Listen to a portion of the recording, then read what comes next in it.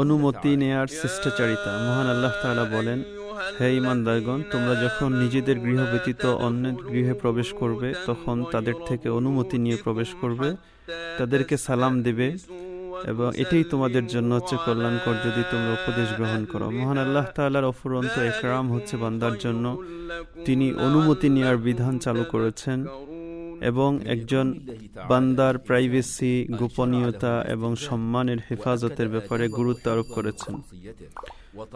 কোন একজন ব্যক্তি যদি অপর পক্ষের সাক্ষাৎ পেতে চায় তাহলে তার জন্য কিছু করণীয় রয়েছে।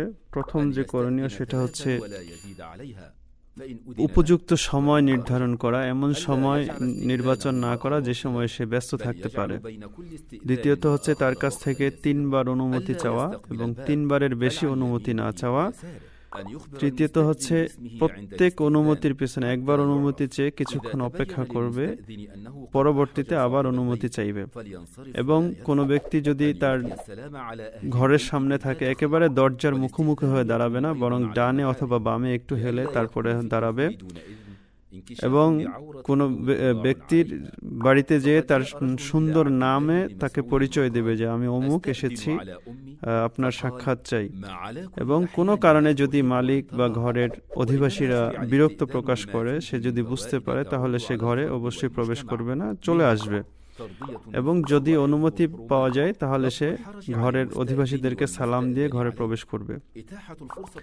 এবং মাহরাম পুরুষ বা নারীর ক্ষেত্রেও এই অনুমতিটা অনেক বেশি জরুরি, যাতে করে নিজেদের যেই আওরাত আছে বা লজ্জাস্থান আছে সেগুলো একে অন্যের সামনে প্রকাশ না হয়ে যায় এবং অনাকাঙ্ক্ষিত কিছু তাদের চোখের সামনে এসে না পড়ে। আব্দুল্লাহ ইবনে মাসউদ রাদিয়াল্লাহু তাআলা আনহুকে এক ব্যক্তি প্রশ্ন করেছেন যে আমি কি আমার মায়ের কাছে মায়ের গৃহে প্রবেশ করতে অনুমতি নিব?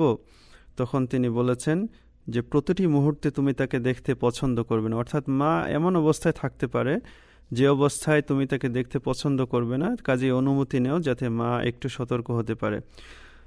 আল্লাহ তাআলা এই অনুমতির ব্যাপারটি চালু করেছেন, এতে মানসিক সন্তুষ্টি রয়েছে, সম্মান সম্ভ্রমের হেফাজত হয়। যিনি অনুমতি নেবেন, অনুমতি প্রার্থী এবং যিনি অনুমতি দিবেন, দুজনের ক্ষেত্রেই যে সমস্যা সেই সমস্যা আর থাকে না, বাধা থাকে না। এবং সবচেয়ে বেশি যে নিরাপত্তা, একজন ব্যক্তি নিরাপদ বোধ করে যে আমার ঘরে অনুমতি না নিয়ে জোরপূর্বক কেউ কোনোভাবেই প্রবেশ করবে না।